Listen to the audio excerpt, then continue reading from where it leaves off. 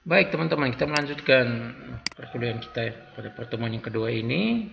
Kita akan membahas ada 3 metode yang digunakan dalam penelitian kualitatif. Metode yang pertama itu ialah metode deduktif. Jadi metode ini berusaha menggeneralisasi atau membuat uh, kesimpulan umum dari fenomena-fenomena sosial berdasarkan logika ilmu alam atau yang bersifat positivistik. Jadi dia membuat kesimpulan. Pertama dia membuat pernyataan kesimpulan umum terlebih dahulu. Jadi dalam metode ini biasanya ada hipotesis di awal penelitian dan itu biasa menggunakan teori tertentu. Kemudian teori dan kriteria ini dipakai untuk melihat atau mengukur data dan fenomena. Oke.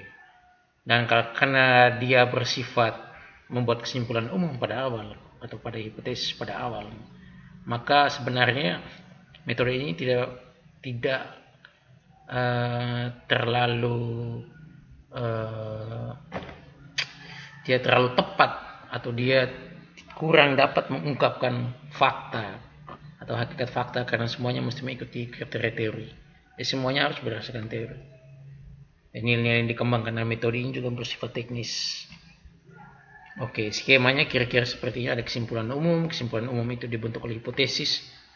Kemudian untuk membuktikan itu harus ada uji data, harus ada data, orang mengumpulkan data, kemudian data itu diuji, diverifikasi apakah sesuai dengan hipotesis atau tidak, dan baru sampai pada kesimpulan akhir. Dan metode seperti ini biasanya digunakan dalam penelitian kuantitatif. Oke. Oke, yang kedua itu merupakan metode induktif. Ya, metode ini berusaha mengungkapkan makna-makna yang bersifat lokal, yang dekat dengan manusia, makna keseharian, dan itu biasa berbasis pada kasus-kasus yang dialami oleh manusia. Kasus ini, kasus itu, dan semuanya biasanya berbeda. Tidak harus sama. Kemudian, nilai-nilai yang dikembangkan dalam metode ini biasanya nilai yang bersifat praktis, dan sesuai dengan pengalaman dan interpretasi data. Jadi hal-hal yang orang alami, orang buat setiap hari, hal-hal kecil pun akan dilihat dalam metode ini. Dia akan mengumpulkan setiap detil, setiap tindakan, setiap aksi, setiap perilaku yang dibuat oleh orang yang diteliti itu. Jadi dia akan membuat pengamatan yang sangat detail. Dan pengamatan-pengamatan itu pada kemudian akan diberikan interpretasi. Kemudian teori di sini hanya dipakai sebagai alat bantu untuk melihat fenomena, untuk membedah fenomena, untuk menganalisis, dan pengembangan akan metode ini biasanya bisa sampai pada kesimpulan dan memungkinkan untuk menghasilkan teori baru. Jadi dia tidak berdasarkan teori, tapi dia bisa menciptakan teori baru. Nah, skemanya kira-kira seperti ini. Jadi orang mengumpulkan data-data, semua hal praktis, hal-hal kecil yang dibuat oleh subjek penelitian, oleh orang yang kita teliti itu dikumpulkan, diperhatikan, diobservasi. Kemudian mari kita masuk pada konsep teori. Oke, sebenarnya kita mau masuk pada dia cocok bisa analisis pakai teori apa, pakai konsep apa. Dan setelah analisis itu orang sampai pada kesimpulan, dan kesimpulan ini bisa menghasilkan, melahirkan teori baru. Bisa, tidak harus fakultatif, maka satu fakultatif di sini. Oke. Ya, ini biasa dibuat dalam penelitian kualitatif. Yang terakhir itu metode apoduktif. Dia sedikit berbeda dengan induktif maupun deduktif. Kadang kelihatan mirip tetapi lebih kompleks sebenarnya. Jadi metode ini bisa dipakai ketika orang membuat penelitian di mana orang mengeksplorasi atau berusaha menjelaskan simbol-simbol yang terdapat dalam bahasa atau pengetahuan sehari-hari yang digunakan oleh aktor sosial atau orang yang padanya kita melakukan penelitian. Dan bahasa ini atau simbol-simbol ini atau pengetahuan ini merupakan hasil produksi atau reproduksi atau interpretasi dari fenomena yang sedang diteliti. Jadi kita meneliti bahasa yang digunakan orang, pengetahuan lokal yang dimiliki oleh orang, apakah pengetahuan itu merupakan hasil produksi orang itu atau hasil produksi dari masyarakat pada kelompok itu, atau merupakan hasil reproduksi mencontohi dari kelompok masyarakat lain.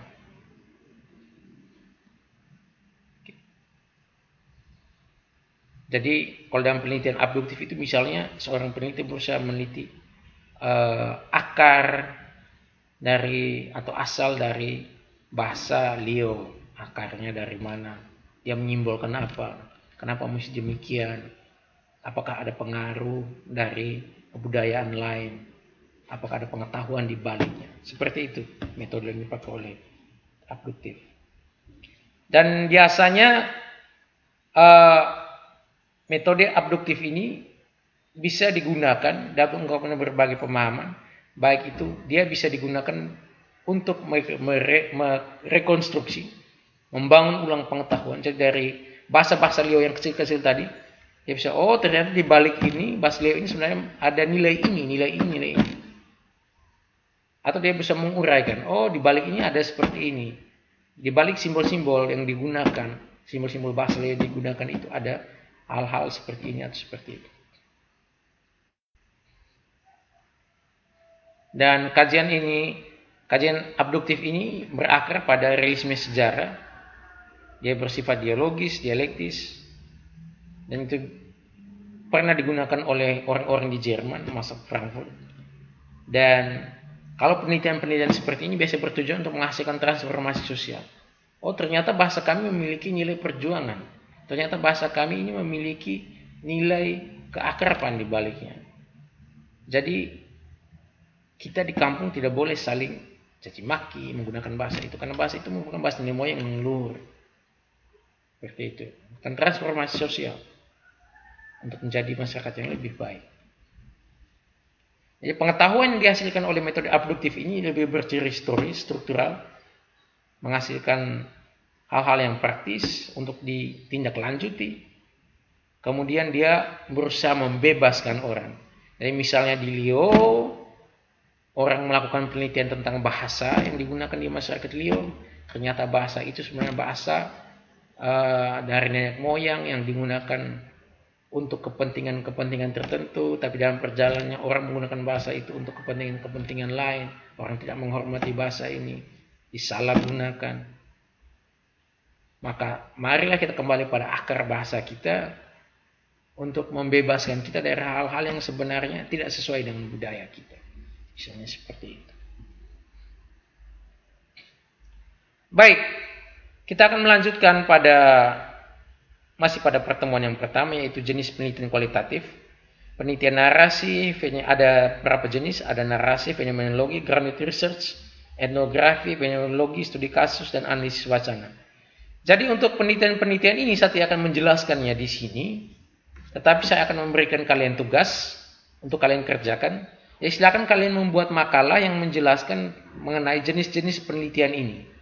Ya makalah itu bisa dikumpulkan dan dikirimkan ke email saya sebagai tugas pertama kalian. Ya, saya harap ini jelas. Jadi untuk jenis-jenis penelitian kualitatif, saya minta kalian membuatnya dalam bentuk tugas. Tapi bukan kopi kemarin. Tugas penelitian, metode penelitian yang kemarin. Tapi ini yang baru. Yang lebih detail. Oke. Saya pikir sekian saja kuliah kita pada pagi hari ini. Jika kalian ada pertanyaan, silakan kalian tanyakan pada saya. Termasuk mengenai tugas. Untuk tugasnya saya akan tulis lagi secara jelas pada kalian di Moodle. Sekian saja, selamat pagi, selamat malam semuanya. Terima kasih untuk perhatian.